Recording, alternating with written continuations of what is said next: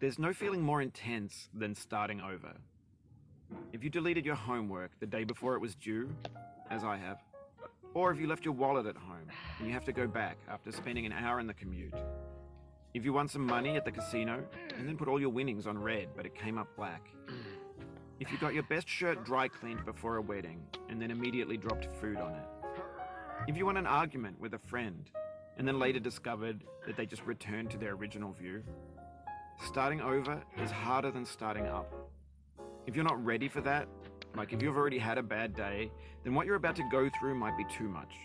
Feel free to go away and come back. I'll be here.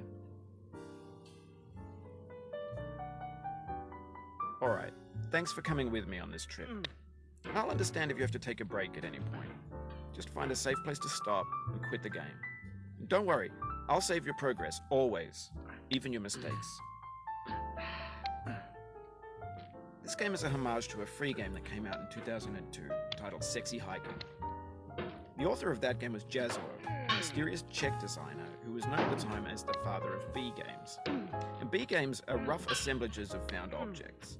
Designers slap them together very quickly and freely, and they're often too rough and unfriendly to gain much of a following.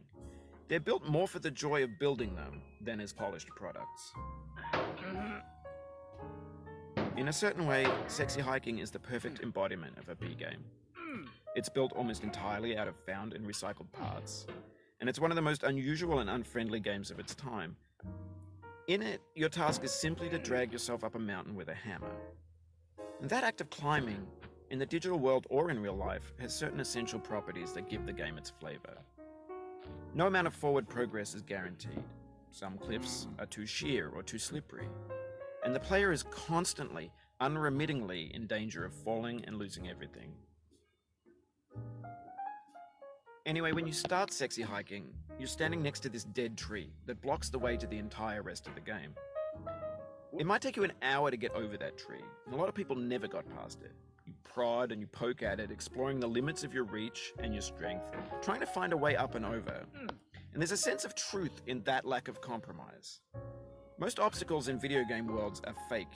You can be completely confident in your ability to get through them once you have the correct method or the correct equipment or just by spending enough time. In that sense, every pixelated obstacle in Sexy Hiking is real.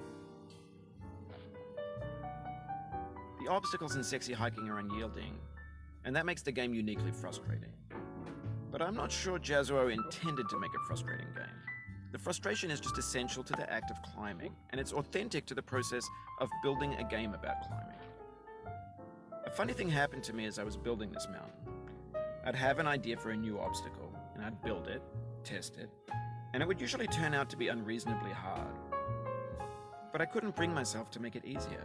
It already felt like my inability to get past the new obstacle was my fault, as a player rather than as a builder.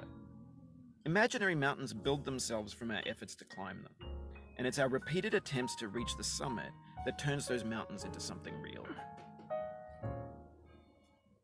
When you're building a video game world, you're building with ideas, and that can be like working with quickset cement. You mold your ideas into a certain shape that can be played with, and in the process of playing with them, they begin to harden and set until they're immutable, like rock. And at that point, you can't change the world. Not without breaking it into pieces and starting fresh with new ideas. For years now, people have been predicting that games would soon be made out of prefabricated objects, bought in a store and assembled into a world. And for the most part, that hasn't happened, because the objects in the stores are trash. I don't mean they look bad or that they're badly made, although a lot of them are. I mean they're trash in the way that food becomes trash as soon as you put it in the sink.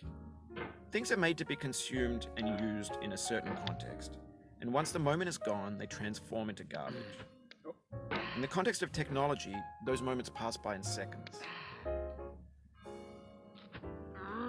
Over time, we've poured more and more refuse into this vast digital landfill that we call the internet. It now vastly outnumbers and outweighs the things that are fresh and untainted and unused. When everything around us is cultural trash, trash becomes the new medium, the lingua franca of the digital age. And you can build culture out of trash, but only trash culture.